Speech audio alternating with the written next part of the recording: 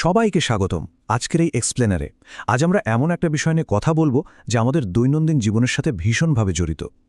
উৎস গ্রন্থগুলোর ভিত্তিতে আজ আমরা বিশ্লেষণ করব কিভাবে বস্তুগত বা এই জাগতিক দুনিয়ার প্রতি আমাদের যে তীব্র আকর্ষণ, সেটাই আসলে আমাদের ভেতরে তৈরি হওয়া আধ্যাত্মিক শূন্যতার মূল কারণ হতে পারে।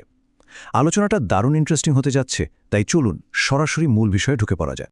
শুরুতেই উৎস গ্রন্থ থেকে নেওয়া এই শক্তিশালী উদ্ধৃতিটি দিয়ে শুরু করা যাক। দুনিয়ার প্রতি ভালোবাসাই সমস্ত পাপের মূল। এটা কিন্তু স্রেফ একটা নীতিবাক্য নয়, এর ভেতরে একটা গভীর মনস্তাত্ত্বিক সত্য লুকিয়ে আছে। যখন আমাদের মনের ভেতর শুধুমাত্র দুনিয়া বা জাগতিক অর্জনের নেশাটাই মুখ্য হয়ে ওঠে, তখন অন্যান্য মানবিক ও নৈতিক মূল্যবোধগুলো স্বাভাবিকভাবেই ম্লান হতে শুরু করে। আর ঠিক এখান থেকেই শুরু হয় আধ্যাত্মিক পতনের একদম প্রথম ধাপ। আর এই প্রসঙ্গের সূত্র ধরেই আমাদের প্রথম থিম আধ্যাত্মিক সংকট ও দুনিয়ার মোহ। এই পার্থক্যটা একটু ভালোভাবে খেয়াল করা যাক। একদিকে দেখা যাচ্ছে প্রারম্ভিক যুগের সেই সব নিবেদিত প্রাণ মানুষদের, যারা বৃহত্তর কোনো অর্জনের জন্য বা স্রষ্টার সান্নিধ্যের জন্য অত্যন্ত স্বেচ্ছায় জাগতিক মোহ বা বাসনাকে ত্যাগ করেছিলেন। আর অন্যদিকে আমাদের আধুনিক যুগের অবস্থাটা ঠিক তার উল্টো। এখন মানুষ খুবই তুচ্ছ কিছু বস্তুগত লাভের আশায় প্রতিনিয়ত প্রতারণা আর আত্মপ্রবঞ্চনার পথ বেছে নিচ্ছে। এই বিশাল বৈপরীত্যই আমাদের বর্তমান আধ্যাত্মিক অবক্ষয়ের মাত্রাটাকে খুব স্পষ্টভাবে চোখে আঙুল দিয়ে দেখিয়ে দেয়। এখান থেকেই আমরা চলে যাচ্ছি আমাদের পরবর্তী অংশে, মিথ্যারাশ্রয় ও আত্মপ্রবঞ্চনা। উৎস গ্রন্থগুলোতে এই অবক্ষয়ের একটা চমকে দেওয়ার মতো লক্ষণের কথা বলা হয়েছে। সেখানে উল্লেখ আছে যে আজকাল মানুষ আদালতে গিয়ে মাত্র 2 আনা বা অত্যন্ত নগণ্য আর্থিক লাভের বিনিময়েও নির্দ্বিধায় মিথ্যা সাক্ষ্য দিতে একটু লজ্জাবোধ করে না।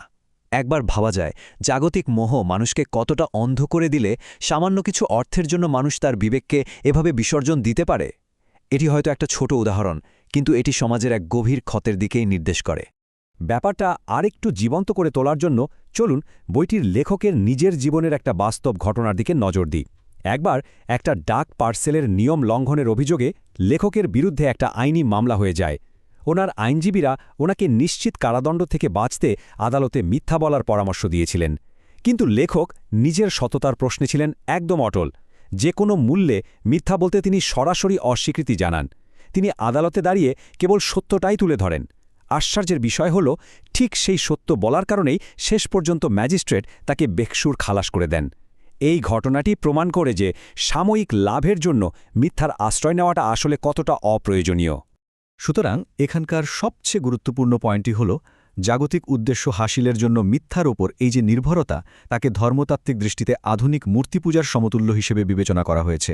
এই কথাটার গভীরতা একটু চিন্তা করা যাক।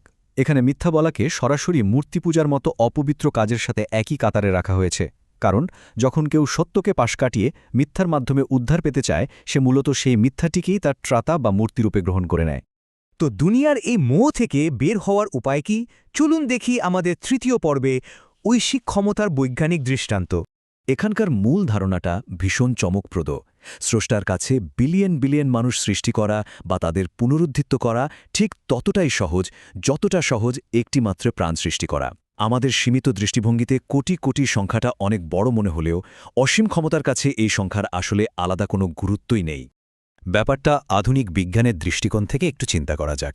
মানুষের ডিএনএ বা জিনোমের কথা যদি ধরি, আমাদের একটি মাত্র কোষের ভেতরেই প্রায় 300 কোটি, 3 বিলিয়ন বেস পেয়ার দ্বারা সমগ্র জিনোম এনকোড করা থাকে। বিজ্ঞান বলছে, একবার যদি এই ডিজিটাল কোড বা ব্লুপ্রিন্টটি তৈরি হয়ে যায়, তবে সেটিকে কপি বা পুনরুৎপাদন করতে কেবল একটি কমান্ড বা নির্দেশনারই প্রয়োজন হয়।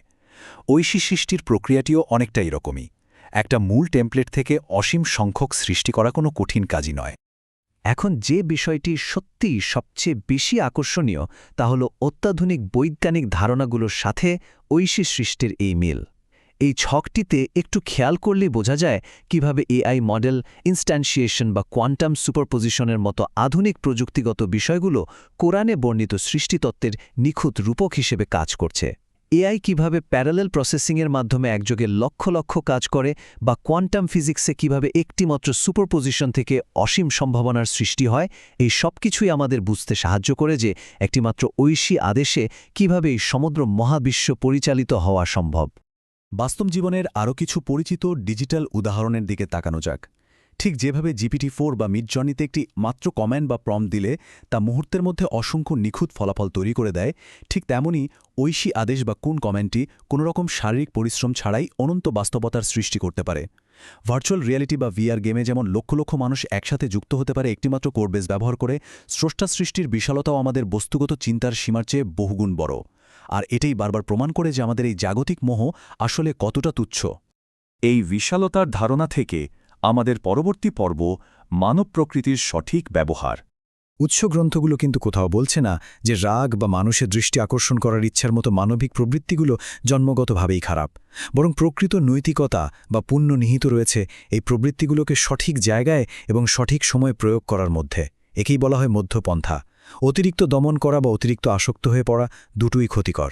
এই প্রবৃত্তিগুলোকে ইতিবাচক কাজে ঠিকমতো ব্যবহার করতে পারাটাই হল মানব প্রকৃতির আসল উৎকর্ষ।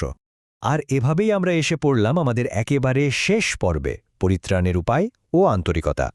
তাহলে এই আধ্যাত্মিক অবক্ষয় থেকে মুক্তির সমাধানটি কি? সমাধানটি মূলত 3টি অত্যাবশ্যকীয় ধাপের ওপর দাঁড়িয়ে আছে। প্রথমত, জাগতিক মোহের চেয়ে স্রষ্টার অসীম ক্ষমতাকে বড় করে দেখা।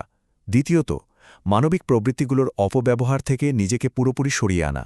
এবং সবচেয়ে গুরুত্বপূর্ণ ধাপটি হল সামাজিক লোক দেখানো ব্যাপারগুলো থেকে বেরিয়ে এসে প্রতিটি কাজ অত্যন্ত বিশুদ্ধ আন্তরিকতা ও নিষ্ঠার সাথে সম্পন্ন করা। কারণ কোনো কাজ যদি একদম খাঁটি উদ্দেশ্য নিয়ে না করা হয়, তবে আধ্যাত্মিক দিক থেকে তার কোনো মূল্যই থাকে না। আজকের এই এক্সপ্লেনারটি শেষ করার আগে এই চূড়ান্ত এবং গভীর প্রশ্নটি সবার চিন্তার জন্য রেখে যেতে চাই। যখন জাগতিক দুনিয়ার প্রতি ভালোবাসার এই মোহময় পর্দাটি আমাদের চোখের সামনে থেকে সরে যাবে, তখন আসলে কোন জিনিসগুলো প্রকৃত মূল্যবান বলে গণ্য হবে? ক্ষণস্থায়ী মোহের পেছনে ছুটতে গিয়ে কি চিরন্তন সত্যগুলো হারিয়ে যাচ্ছে না? এই প্রশ্নটি সবার চিন্তার খোরাক হিসেবে রেখেই আজকের এই আয়োজনটি এখানেই শেষ করছি। নতুন কোনো বিষয় নিয়ে আবারও কথা হবে।